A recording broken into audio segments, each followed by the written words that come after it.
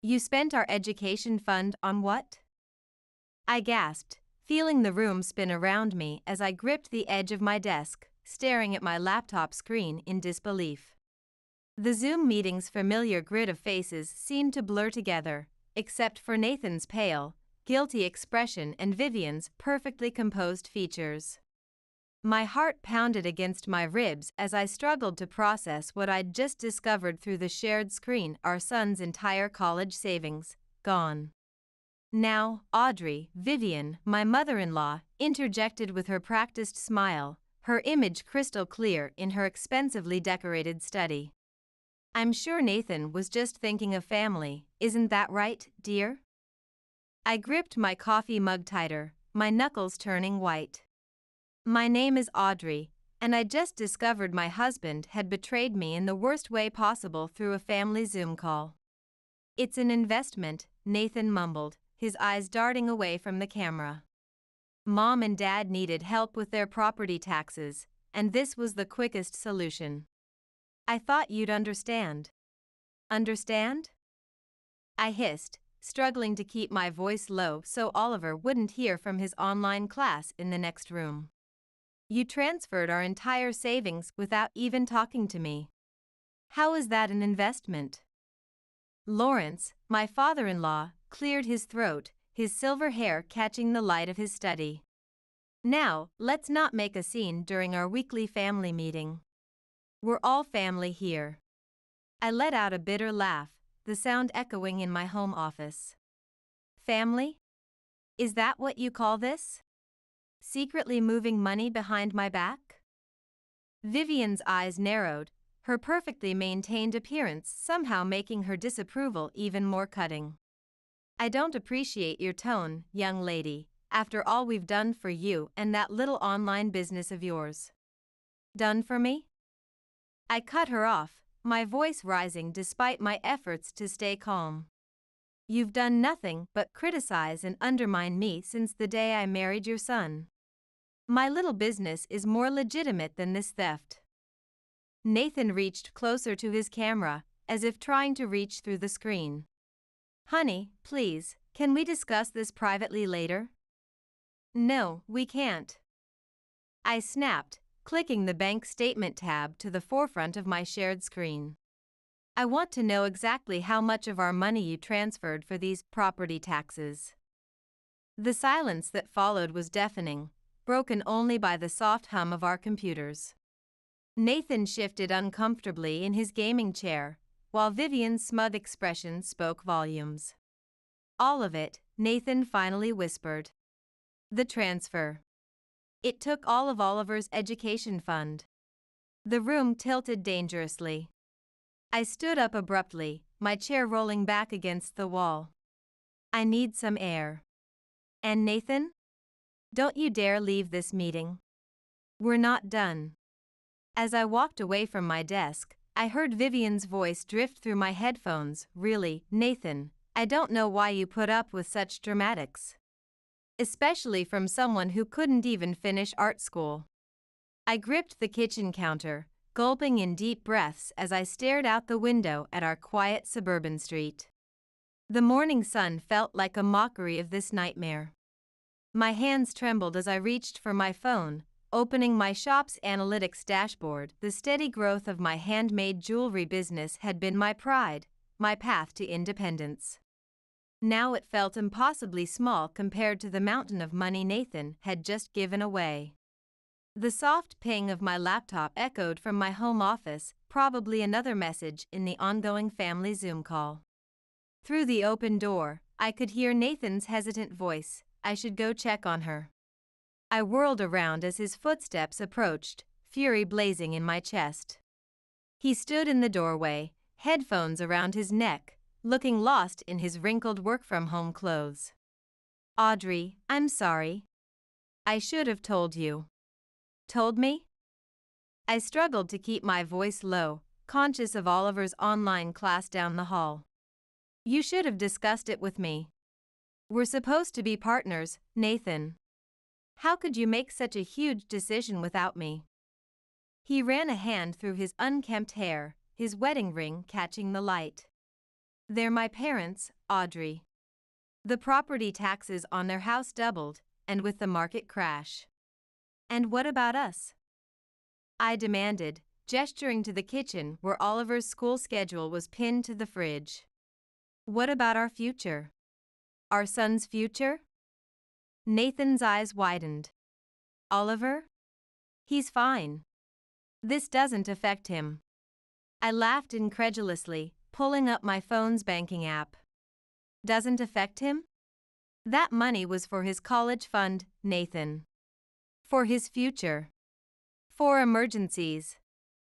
We can save again, he said weakly.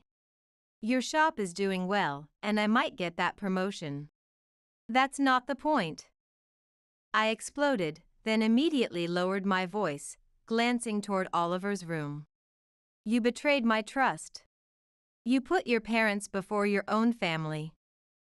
The laptop pinged again, and Vivian's voice carried down the hall. Nathan? Is everything all right out there? We're still waiting to discuss the summer plans. I bit back a scathing retort, forcing a smile into my voice. We'll be right there, Vivian. As soon as Nathan turned back toward the office, I grabbed his arm. This isn't over. We need to have a serious talk about our future. He nodded, relief washing over his face. Of course. We'll figure it out, I promise. But as we walked back to our respective desks to rejoin the Zoom call, the sickening realization hit me: this wasn't just about money. It was about loyalty, respect, and the very foundation of our marriage. I opened my chat with Harper, my best friend, and quickly typed, 911. Need to talk. Family Zoom drama just exploded. Vivian beamed at her camera, her perfectly styled hair catching the light of her expensive ring lights. Now, isn't this lovely?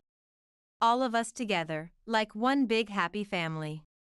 I was just telling Lawrence about the most wonderful private school I found for Oliver. I stared at my screen, absently clicking through my Etsy shop notifications, imagining they were something else entirely. Just wonderful, I muttered.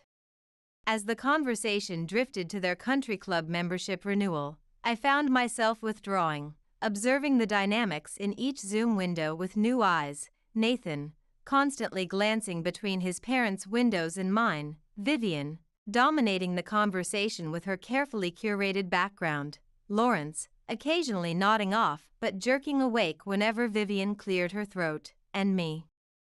I was the outsider, my simple home office backdrop a stark contrast to their luxurious surroundings.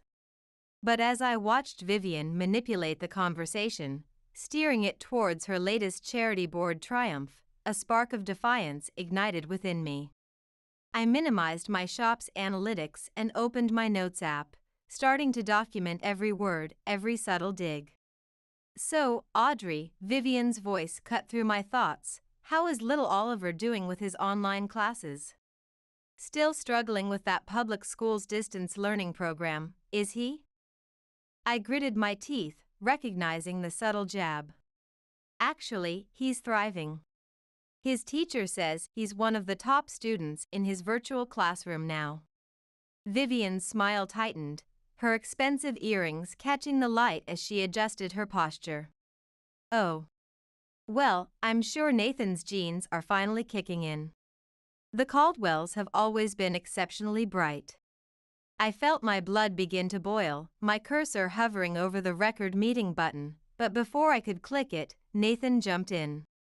Mom, did I tell you about the new project I'm managing at the firm? As Vivian's attention shifted, lavishing praise on her darling boy, I sat back and continued taking notes, taking screenshots of particularly telling moments. My phone buzzed a text from Harper, just saw your message. Call me as soon as you can.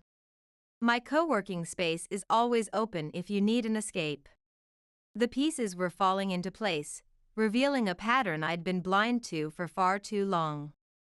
This wasn't just about money or property taxes, it was about control, about keeping Nathan firmly under their influence, even at the expense of his own family. Well, I thought opening my Instagram business account and starting to draft a story, two can play at that game. My followers had always appreciated my authenticity. Maybe it was time to be really authentic about family dynamics. As the endless Zoom call finally wound down, I sat in my home office, surrounded by the digital remnants of my day, open tabs showing bank statements, screenshots of telling conversations, and my shop's steadily growing sales metrics. The LED ring light I used for product photos cast harsh shadows across my workspace as evening settled in. And don't forget, dear, Vivian's final words lingered in my head. We simply must discuss Oliver's summer enrichment programs. I've found several excellent private options. I opened my browser history, methodically documenting every instance of their interference. The property tax payment was just the tip of the iceberg. There were the constant Zoom check-ins, the barrage of emails about Oliver's education, the passive-aggressive comments on every social media post about my business. Mommy? Oliver's voice pulled me from my thoughts. He stood in the doorway, tablet in hand. Can I show you my science project? Of course, sweetie. I minimized my documentation window, forcing a smile. He bounded over, showing me his virtual solar system model, his eyes bright with excitement. Mrs. Thompson says it's the best in class, he beamed. Can I show Grandma Vivian? I felt my chest tighten. Maybe tomorrow, honey. It's getting late. But Grandma always wants to see my school stuff right away, he persisted. She says it's important to maintain high standards. The words, so clearly Vivian's, coming from my 8-year-old's mouth, made my stomach turn. I pulled him into a hug, breathing in the scent of his shampoo. Your work is already amazing, Oliver. You don't need Grandma's approval for everything. Audrey? Nathan's voice came from the hallway. Mom's trying to FaceTime. She wants to discuss those summer programs. Not tonight, I called back firmly, hugging Oliver closer. I need to help our son with his science project. I heard Nathan sigh, followed by his footsteps retreating and his muffled voice making excuses to his mother. Small victories, I thought, opening my chat with Harper again. Still up for that coffee tomorrow? I typed. I need to show you something, and I could use a change of scenery from my home office. The modern co-working space buzzed with quiet energy, so different from my stifling home office. I sat in a corner booth, my laptop open to a spreadsheet of carefully documented incidents, my hands trembling as I dialed Harper's number. Harper? My voice cracked as she answered. I need help. I can't keep doing this. I'm already here, she replied without hesitation. By the coffee bar. I saw your Instagram story, the one about family dynamics that you deleted after 10 minutes. What happened? 20 minutes later, Harper slid into the booth across from me, 2 oat milk lattes in hand, her freelance designer's eye taking in my disheveled appearance. I spilled everything: the education fund, Vivian's digital surveillance, Nathan's betrayal. Look at these screenshots, I said, turning my laptop toward her. Every comment, every helpful suggestion about Oliver's education, every criticism of my business. Harper's expression darkened with each swipe. Oh, Audrey, she breathed, why didn't you tell me sooner about the extent of this? I shrugged helplessly, taking a sip of my latte. I thought I could handle it, that managing it all online would make it easier somehow. Keep them at a safe distance. Well, that ends now. Harper pulled out her iPad, her design portfolio forgotten. First things first, we need to organize all this evidence. Every Zoom recording, every email, every message. Build a digital paper trail. For the first time in months, I felt a flicker of hope. But how? The business is just starting to take off, and Oliver. Hey, a warm voice interrupted. We looked up to see Marcus, the co-working space owner, approaching with a concerned expression. Sorry to interrupt, but I couldn't help overhearing. We've got a private meeting room available if you need more privacy. I nodded gratefully, gathering my laptop. As we followed Marcus to the glass-walled room, I felt a subtle shift in the atmosphere, like finally finding a safe space to breathe. Marcus closed the door behind us, the soundproofed walls immediately creating a sense of sanctuary. I know we haven't officially met, he said, but Harper's told me about your jewelry business. And he hesitated, about your situation. I sank into one of the ergonomic chairs, my laptop open to the growing document of evidence. Is it that obvious? Let's just say I recognize the signs, he said kindly. My sister went through something similar. The financial control, the constant surveillance, the family meetings that turn into interrogations. Harper touched my arm. That's why I suggested meeting here. Marcus's space isn't just for entrepreneurs, it's a community. Over the next few weeks, the co-working space became my sanctuary. I started a detailed digital journal, meticulously recording Vivian's behavior, the way she'd accidentally report my Instagram posts for fake products, how she'd schedule Zoom calls with Oliver's teachers without consulting me, the constant stream of critical comments on my business page thinly veiled as constructive feedback. Really, Audrey, her latest email read, "Are you sure about this new collection? The pricing seems ambitious for someone at your level. Don't you think you should focus on Oliver's summer enrichment instead?" I'd smile tightly, adding the email to my evidence folder. Each entry strengthened my resolve. Nathan remained oblivious, or perhaps willfully ignorant. When I tried to discuss Vivian's digital harassment, he'd brush it off. "You're being too sensitive," he'd say during our nightly video calls when he worked late. "Mom's just trying to help your business grow." I stopped trying to make him understand. Instead, I focused on Oliver, monitoring his online activities and creating boundaries around his virtual interactions with his grandparents. One afternoon, as I was helping him with his virtual homework at my co-working space desk, Vivian's FaceTime call popped up on his tablet. "Oh, let me handle this," she cooed through the screen. "Oliver needs proper academic guidance, not craft projects."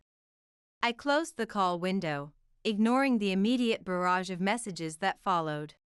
Later that night, I logged into Nathan's cloud storage, using the password he'd never bothered to change. A notification caught my eye, an email draft from Vivian to Nathan. My finger hovered over the trackpad. It was wrong to snoop, but I clicked. "Darling," the email read, "I'm concerned about Audrey's influence on Oliver's academic development. Perhaps we should consider more structured online learning options. After all, blood is thicker than water." My blood ran cold. They were trying to take control of my son's education completely. I met Harper at our usual corner of Marcus's space, my nerves frayed. "They want to control Oliver's entire education," I whispered, showing her the email I'd forwarded to myself. "They're trying to push their way into every aspect of his virtual learning." Harper's eyes widened as she scrolled through her tablet. "This is serious, Audrey. We need to act fast." She pulled out her phone, scrolling through contacts. "Look, I've been thinking. Your jewelry business is doing well online, right? And Marcus mentioned he's looking for someone to manage the co-working space's social media and online presence. It's not much, but it could be a steady income stream." I hesitated, adjusting my laptop screen. "I don't know, Harper. The shop's growing, but it's not enough to support us fully yet." "And what about Oliver's online schooling?" "One step at a time," she said firmly. "First, we secure your financial independence. The space has great Wi-Fi, and there's even a quiet corner where Oliver can do his virtual classes. Then, we tackle the rest.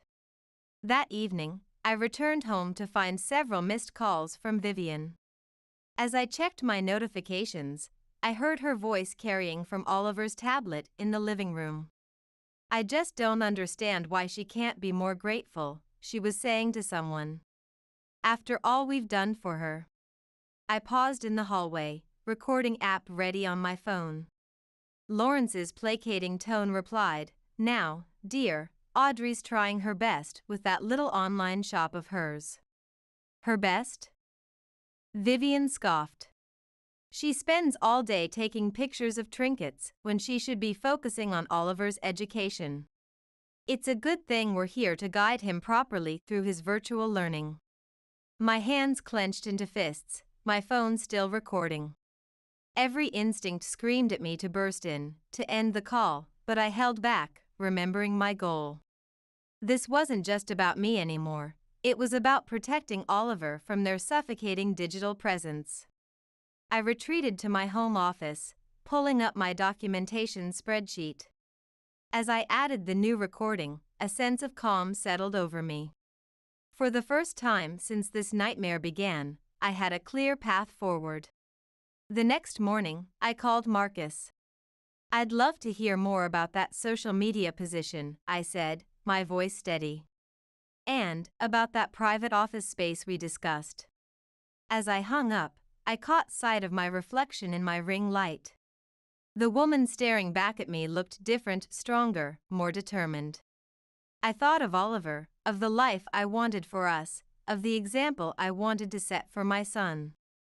No more silent suffering. No more letting Vivian dictate our lives through screens and digital manipulation. It was time to take control. I opened my evidence folder, reviewing pages of screenshots, recordings, and emails documenting their manipulation. Soon, very soon, I'd have enough to make my stand. And when I did, Vivian, Nathan, and anyone else who tried to come between me and my son would learn just how formidable I could be. The silent digital rebellion had begun, and I was ready for war. The morning sunlight streamed through the floor-to-ceiling windows of Marcus's co-working space, glinting off my laptop screen where my latest jewelry collection photos waited to be uploaded. The space hummed with quiet productivity, so different from the suffocating atmosphere of video calls with the Caldwells. "How's the new social media campaign going?" Marcus asked, setting down a fresh cup of coffee at my dedicated desk. His co-working space had become more than just an office, it was a sanctuary. "The engagement metrics are up 50% since last week," I replied, pulling up my analytics dashboard. "Turns out people really connect with authentic stories about small business struggles." "And the other, documentation?" he asked quietly, glancing at my second monitor where a folder labeled Family Records sat minimized. I nodded, my stomach churning with a mixture of nervousness and determination. "Almost ready. My lawyer says we have more than enough." "Mom? Can I show Mr. Marcus my science presentation?" Oliver called from his designated study corner, where he attended his virtual classes. The space had worked out perfectly. He had his own quiet area for school, while still being close enough for me to monitor his online activities. As Oliver eagerly demonstrated his project, my phone buzzed with another message from Vivian. "Audrey, dear, I've taken the liberty of enrolling Oliver in an elite online tutoring program. The invoice has been sent to Nathan. We can discuss reducing your little shop's hours to accommodate the schedule." I added the message to my evidence folder without responding. My hand hovered over the keyboard, tempted to fire back a response, when Harper burst through the door, her face flushed with excitement. "You're not going to believe this," she said, pulling up a chair. "Remember that arts education nonprofit I mentioned? They want to partner with your jewelry business for their summer program. Full social media campaign, workshops for kids, everything." I stared at her, my mind racing. But Vivian's summer plans. Exactly, Harper grinned. Time to show them what you can really do. Absolutely not. Vivian's voice crackled through my AirPods, her face reddening on my screen. Oliver needs proper academic enrichment, not craft projects. I sat straighter in my co-working space chair, feeling Marcus and Harper's supportive presence just outside the private meeting room. This is a legitimate arts education program, Vivian. The nonprofit has an excellent reputation. But we've already arranged his summer schedule, she pressed, her perfectly manicured hand gesturing to some unseen document. The online tutoring, the virtual music lessons, the junior investment club. Actually, I interrupted, sharing my screen to display the nonprofit's website. I've already enrolled Oliver. As his mother, I've made this decision. Nathan's face appeared in his Zoom window, looking panicked. Audrey, maybe we should discuss this privately. Why? I asked calmly, continuing to screen share as I navigated to my evidence folder. Like we discussed the education fund privately? Or Oliver's tutoring expenses? Vivian's eyes narrowed. Nathan, control your wife's screen. She's being ridiculous. No, I'm being a mother, I said, opening the first document. And I've documented everything, Vivian. Every manipulative message, every unauthorized decision about Oliver's education, every attempt to undermine my business. Would you like to see the timestamps? The silence that followed was broken only by the soft hum of my laptop fan. Lawrence appeared in his window, looking uncomfortable. Now, let's not be hasty. I'm not being hasty, I replied, my voice steady. I'm being methodical. Just like I've been for the past 3 months, documenting every instance of interference in my family's life. Nathan's face had gone pale. Audrey, what are you saying? I'm saying that things are going to change, I answered, switching to my business analytics dashboard. My jewelry business is thriving. I'm managing social media for a successful co-working space. I'm partnering with a respected nonprofit. And I'm done letting you control our lives through guilt and financial manipulation. You ungrateful little Vivian started, but I cut her off by playing a recording of her earlier conversation about my trinkets. I have hundreds of these, I said quietly. Every dismissive comment, every unauthorized decision, every attempt to control Oliver's education through digital means. My lawyer has copies of everything. The word lawyer fell like a bomb into the Zoom call. Vivian's carefully composed face crumpled for a moment before she caught herself. Nathan, she hissed, do something.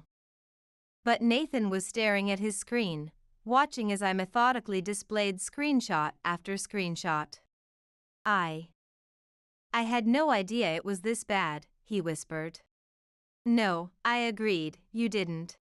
Because you didn't want to see it. But now you have to decide, Nathan.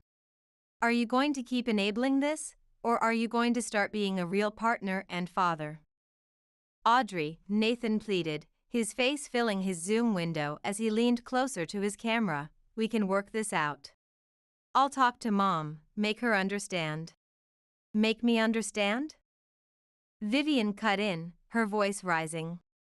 I'm not the one destroying this family with ridiculous accusations and amateur jewelry. I smiled, clicking to share a new screen, my shop's revenue analytics. Amateur? My little business made more last month than your property tax bill, Vivian. The one you needed our son's education fund to pay. A notification popped up on my screen, Oliver's teacher requesting to join the call. I quickly declined it, making a mental note to follow up later. This wasn't something he needed to witness. Speaking of money, I continued, switching to a spreadsheet. I've documented every unauthorized expense, every enrichment program you've signed Oliver up for without my consent, every attempt to force us into financial decisions that benefit you. Would you like me to share that next? Those were investments in our grandson's future. Lawrence protested, finally finding his voice. No, I said firmly, they were attempts to maintain control. But that ends now. Nathan, I'm sending you my lawyer's contact information. We need to discuss new arrangements. Nathan's face crumbled. Arrangements? What do you mean? It means I'm taking Oliver and moving into my own place. I've already found one near the co-working space. You can have supervised visits away from your parents' influence. You can't do this. Vivian shrieked, her perfectly curated background shaking as she moved. We'll fight you. I held up my phone, displaying the recording app. Every word of this call is being recorded, Vivian. Just like I've recorded every threatening message, every manipulative interaction, every attempt to alienate my son from me through digital means. Do you really want all of this coming out in court? For the first time, I saw genuine fear in Vivian's eyes. The realization that her carefully constructed digital web of control was being used against her seemed to age her instantly. Nathan, she pleaded, tell her she's being unreasonable. But Nathan sat frozen, his eyes fixed on something off-screen. When he finally spoke, his voice was barely above a whisper. She's right, Mom. This has to stop. The silence that followed was deafening. I used the moment to open my email, sending Nathan the carefully prepared document from my lawyer. I'm not trying to keep Oliver from you, I said softly. I just want us to be free from manipulation. To be a healthy family. Family? Vivian spat. You're destroying our family. No, Vivian, I replied, my finger hovering over the leave meeting button. I'm saving what's left of it. Nathan, check your email. My lawyer expects your response by Friday. As I clicked to leave the call, I heard Vivian's voice rise in protest, but the sound cut off abruptly, leaving me in the blessed silence of my private office at the co-working space. Through the glass walls, I could see Oliver working on his science project, Harper and Marcus keeping him engaged and protected from the drama unfolding just a few feet away. My phone buzzed a text from Nathan, can we talk? Just us? No parents, no lawyers. Please. I stared at the message for a long moment before replying, tomorrow. At the co-working space. Bring the education fund statements. The early morning quiet of the co-working space was broken only by the gentle hum of the espresso machine as Nathan walked in, looking out of place in his corporate casual attire among the creative entrepreneurs. He clutched a manila envelope, the education fund statements I'd requested. You look good, he said awkwardly, taking in my confident posture at my dedicated desk, surrounded by product photography equipment and social media analytics displays. The business is really taking off, huh? It is, I replied, gesturing to the chair across from me.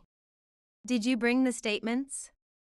He nodded, sinking into the chair and sliding the envelope across my desk. Audrey, before we get into this. I'm sorry.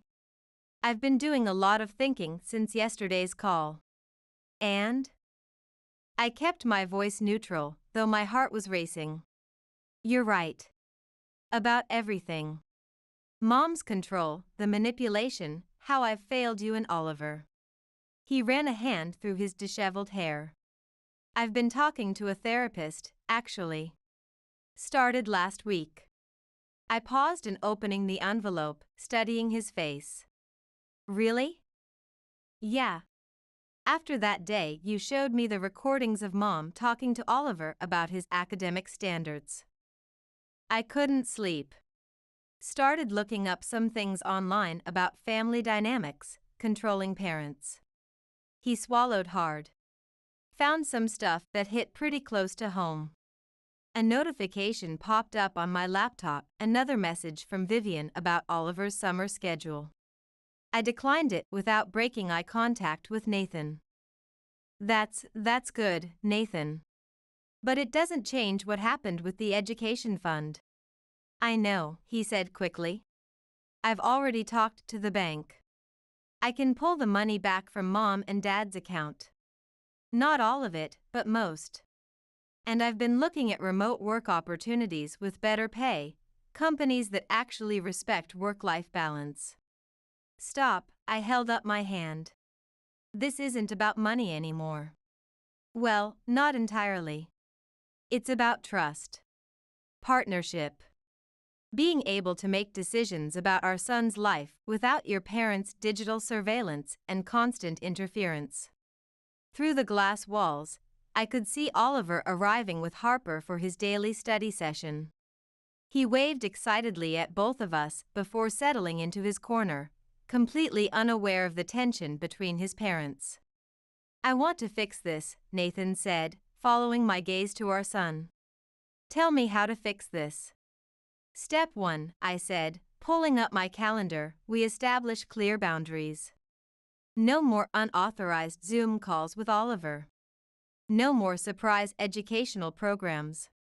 No more criticizing my business on social media. Nathan nodded, taking notes on his phone. And my parents?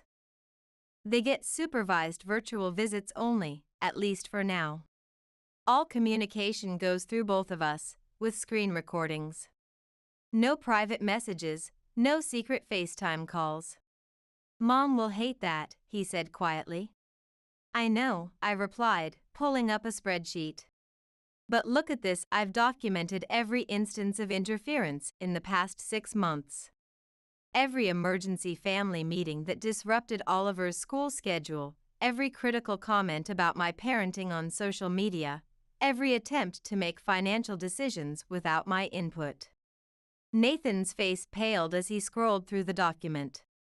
I knew some of this was happening, but seeing it all laid out like this. That's the problem, Nathan. You saw it happening and did nothing. That has to change. A notification popped up on my screen, Marcus asking if we needed anything. I smiled, feeling grateful for this safe space he'd provided.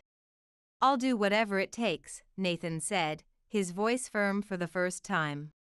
I've already started looking at apartments near here. Something with a good setup for remote work and Oliver's virtual schooling. I raised an eyebrow. You're moving out of your parents' guest house? He nodded. Called the realtor this morning. Mom doesn't know yet. He managed a weak smile. Maybe I'll finally get to set up my own Zoom background without her input. Despite everything, I felt a glimmer of hope. Not for us as a couple, that trust was too badly broken, but for us as parents, maybe we could find a new way forward. One more thing, I said, opening my evidence folder. I need you to read through all of this. Really read it. Understand what your parents have been doing to our family through their digital manipulation.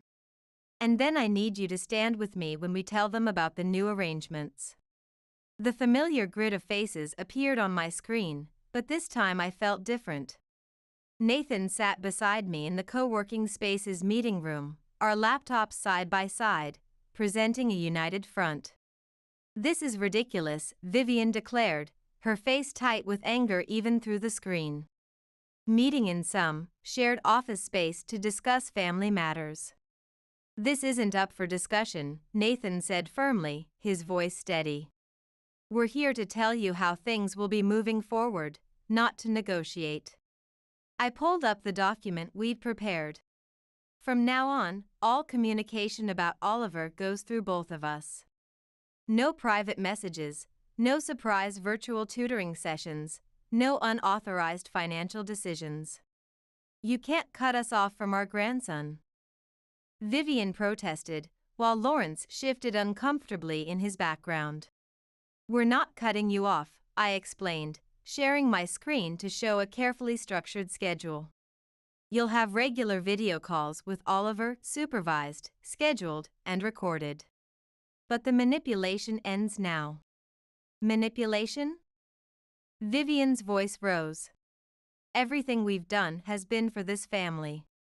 Nathan, surely you don't agree with this digital imprisonment? Actually, Mom, I do. Nathan leaned forward, his face filling his video window.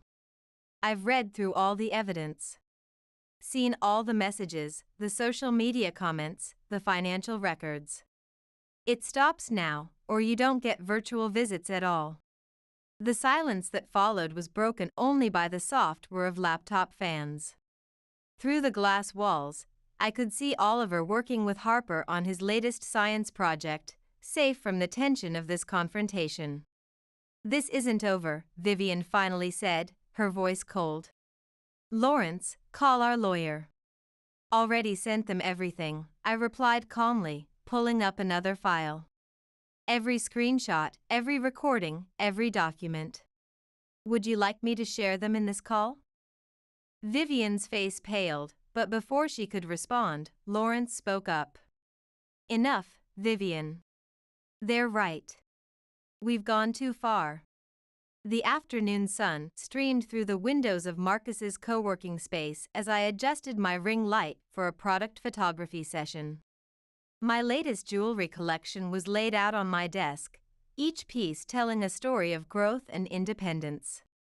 The analytics on your last Instagram campaign were incredible, Marcus commented, setting down a fresh coffee at my workstation. The authenticity really resonates with people.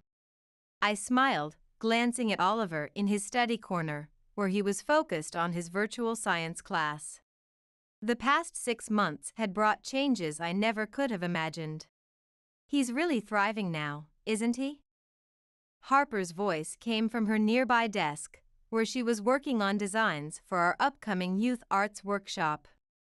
I nodded, watching my son confidently participate in his online class. The difference is amazing. No more stress about surprise tutoring sessions or unexpected Zoom calls with Grandma. The supervised virtual visits with Vivian and Lawrence had gradually become more manageable. While Vivian still occasionally slipped in a critical comment about my business, the recordings of each call kept her mostly in check. Nathan had kept his word, maintaining his own apartment nearby and respecting our new digital boundaries. Our co-parenting schedule worked smoothly, with Oliver splitting his virtual school time between our workspaces. Mom! Oliver called out excitedly, waving me over to his desk. Look what I made in science class today. As I walked over to admire his virtual science fair project, my phone buzzed with a notification, a text from Nathan, parent-teacher conference tomorrow at 3? I'll send you the Zoom link. I smiled, responding with a quick thumbs up. This was how it should be: simple, respectful, focused on Oliver's well-being. Through the co-working space windows, I could see the city stretching out before us, full of possibilities. My jewelry business was flourishing, the youth arts program was taking off, and most importantly, Oliver was happy. The woman reflected in my computer screen was unrecognizable from the one who had discovered that betrayal 6 months ago. She stood taller, smiled more freely, ran her business with confidence. The digital paper trail I'd created had given me more than just evidence, it had given me my power back. My phone buzzed again, this time a message from Vivian, looking forward to our scheduled call with Oliver tomorrow. The usual time? No demands, no criticism, no manipulation. Just a simple request following our established protocols. Progress, I thought, as I typed a polite confirmation. Not perfect, but progress. The sunset painted the co-working space in warm hues as I wrapped up my last product photography session. Oliver was packing up his study materials, chatting excitedly about tomorrow's virtual science fair. Ready to head home, sweetie? I asked, carefully storing my camera equipment. Can we stop by Dad's first? I want to show him my project before the fair tomorrow. Of course, I smiled, sending Nathan a quick heads-up text. My phone screen showed a string of recent notifications, orders from my online shop, comments on my latest Instagram post, and a calendar reminder for tomorrow's supervised call with the grandparents.